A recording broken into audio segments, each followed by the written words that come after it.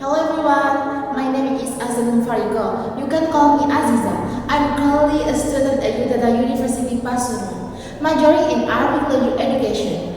I'm very enthusiastic and proud to be part of this university, especially in my choice major.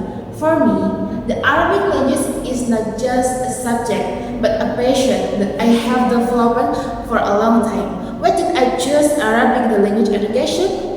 The main reason is that I feel the language has extraordinary beauty and cultural research.